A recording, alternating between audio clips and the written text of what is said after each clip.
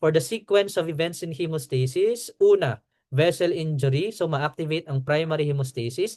Remember sa primary hemostasis, dalawa lang ang kailangan nyong tandaan. Ang blood vessel, okay, or your endothelium, and second, platelet. Kaya ang pag may problema ang primary hemostasis, ito lang ang pinag-uusapan natin. Okay? So if there's vascular injury, the step 1 process is vasoconstriction. There is a contraction of the smooth muscle of your blood vessel in order to decrease the luminal diameter, to reduce the blood flow to the injured area, to lessen the leakage of blood. It is mediated by reflex neurogenic mechanisms and augmented or strengthened or enhanced by local secretion of factors such as endothelin na galing sa blood vessel, a potent vasoconstrictor. Okay, so kapag sinabi mong reflex neurogenic mechanism, ito ay hindi na pinag-iisipan. Once na merong vessel injury, automatic magko-constrict siya, hindi na pinag-iisipan. Halimbawa, sa kumukulong takore. Takore talaga, no? Doc correction. Meron po kaming electric kettle. Hindi na usang takore. Hello. Sorry naman daw sa gumagamit ng electric kettle.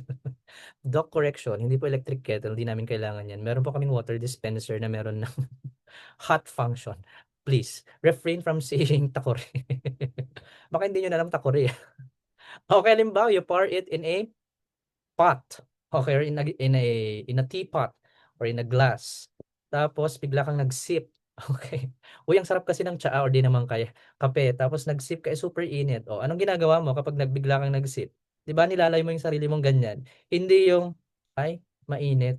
Ilalayo ko yung aking dila na paso. Ilalayo ko siya. Hindi ko muna siya hindi ko muna siya iinumin. Ganun ba yung reflex? Hindi, halimbawa, nakatouch ka ng mainit na flat iron, halimbawa, tapos na-touch mo ganyan. O kunwari magpa-plancha ka ng uniform. Tapos ite-testing mo kung mainit na, gaganyan mo, di ba? O mainit na. Pag sinabi mong reflex, tinouch mo yung flat iron, reflex, anong gagawin mo? May gaganon mo. O, di ba? Demonstrate ko para intense. Okay. Hindi yung, ay, mainit. Mainit siya. Tatanggalin ko. Tapos pag titingnan mo very red na or necrotic na pala, no? Super tagal mo nang mainit siya. Gano'n ba 'yon, pinag-iisipan? No, gano'n din sa blood vessel, okay? Parang gano'n yung concept nito na kapag reflex neurogenic mechanism si blood vessel, okay, hindi na 'yan pinag-iisipan, automatic 'yan na nagko-constrict. Enhanced, augmented by your secretion factors like endothelin, which is a constrictor. Meron pang iba which will be discussed pagdating natin na lang sa in toto ng primary hemostasis. Pero ito, introduction pa lang ha. Okay? This effect is only transient. Although rapid, pero hindi siya long term. Okay, kaya kailangan ng reinforcement. However, and bleeding would resume if not for activation of platelets and coagulation factors. Ito yung nangyayari, class. First step in primary hemostasis is vasoconstriction or vasoconstriction kung saan kayo masaya. Okay, which is a reflex neurogenic mechanism, hindi pinag-iisipan, automatic na nagko-constrict, lumiliit yung luminal diameter to minimize the blood leakage, which will be augmented by your secretion factors. Say for example, nasugat ka dyan, thus nagkaroon ng space or gap itong endothelial cell mo. Okay, kaya meron ka ditong gap. Okay, so ma-expose yung endothelin or magsesecrete ng endothelin yung endothelium or endothelial cell para mag-promote ng vasoconstriction. Okay? Take note that vasoconstriction is a reflex mechanism. Automatic yan. Kapag merong vessel injury, matic magva-vasoconstriction augmented by example of a vasoconstrictor is endothelin. This is the first event or first step in primary or hemostasis in general. Then here comes, after vasoconstriction, here comes your platelet plug formation, the role of platelet.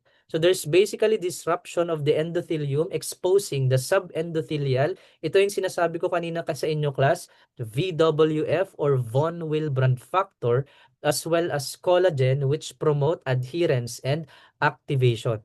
Whereas activation of platelets results in a dramatic shape change. So there is a Viscous metamorphosis. Di ba pag metamorphosis, nagtatransform siya from small rounded discocytes to flat platelets with spiky protrusions or mga pseudopode-like appearances similar or typical to a sea urchin according kay Robbins. Okay, as well as the release of secretory granules. Within minutes, the secreted products recruit additional platelets which undergo aggregation to form a primary platelet or hemostatic plug. Okay? So after ng vasoconstriction, may expose ang collagen. Ito class, nakikita niyo yung collagen, yung parang mga thread-like substances dito sa may subendothelium. Makikita mo dyan si collagen na na-expose. Na-attracted dyan ang platelet in the form of von Willebrand factor or VWF. Okay, sa platelets kasi ma-attract siya sa collagen by way of VWF through glycoprotein receptor. Okay? Yung glycoprotein receptor mo is a GP1B. Right? So napag-aralan natin sa HEMA 1 dati, yung basic parts ng platelet, sa may membrane niya or sa periphery niya, meron kang mga antena. Those are actually your receptor. Receptor sa iba't iba. Example for VWF, ang receptor niya ay GP1B. Okay, so maa-attract ang antena or yung GP receptor ng platelet na may naka-expose na collagen kasi merong VWF. Kaya pupuntahan niya mula dito kanina yung mga platelets na nagsisirculate, okay, na-expose si collagen dyan, na-expose din si VWF, via your GP1B ma-attract siya. Pupunta siya kay VWF, didikit siya kay collagen by way of VWF, mediated by your GP1B receptor. This process is known as platelet adhesion. Pag sinabi mong platelet adhesion, the platelets stick to the endothelium via VWF, GP1 and GP1B receptor. Yan yung tinatawag mong platelet adhesion. Then secondly, there will be a shape change. Normally, the shape of your platelets is discoid daw or discocyte or disc shape according kay Turgeon and Robbins. Upon activation, there is a metamorphosis or a change in the shape of the platelet forming into a spiky appearance or pseudopode-like appearance according kay Rodak. According kay Robbins, typical for a sea urchin-like appearance.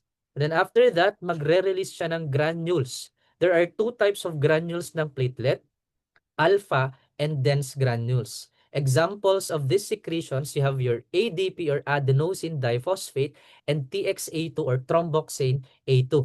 Ang gagawin nila ay to further vasoconstriction at the same time platelet recruitment. Ibig sabihin, hali kayo dito platelets, kailangan namin ng reinforcement para dumikit ang platelet sa isa pang platelet, sa isa pang platelet, sa isa pang platelet, sa isa pang platelet in a process known as platelet aggregation, eventually forming a platelet plug or hemostatic plug, which is the final product of your primary hemostasis. Yan ang nangyayari during primary hemostasis. O, di ba ang dali? By the way, your platelet aggregation is also mediated by fibrinogen or your factor 1. Paano na-attract? Nagtaka kayo, paano na-attract ang platelet para dumikit sa kapwa niya platelet, sa kapwa niya platelet, sa isa pang platelet, sa isa pang platelet, sa isa pang platelet? Kasi merong fibrinogen. Okay? So, sa plasma, makikita mo kasi ang fibrinogen. Eh, di ba, sa buong blood, may plasma naman dyan. So, ibig sabihin, kapag may fibrinogen, madedetect ito ng platelet. Ang kanyang receptor for fibrinogen is your GP2B3A. Okay, wala kayong choice kundi i-memorize itong mga to. Don't worry kasi paulit-ulit to na mababanggit hanggang sa dulo ng ating lecture. Kaya hindi issue yung pag-memorize dito kasi paulit, sabi ko magre-revolve lang siya sa isang topic. Kaya huwag kayong magtaka kung mauulit at mauulit ang mga concepts na to. That's why the key here is for you to establish your foundation so that kapag naghalo-halo, mabilis nyong mako-correlate yung mga iba't ibang processes sa hemostasis. Okay, so kapag may fibrinogen, via GP2B3A, ma-attract ang isang platelet sa isa pang platelet sa isa pang platelet, eventually forming a platelet plug in a process known as platelet aggregation. This is a rapid response, however, this is short term. Okay, as such, there should be a reinforcement in the form of secondary hemostasis.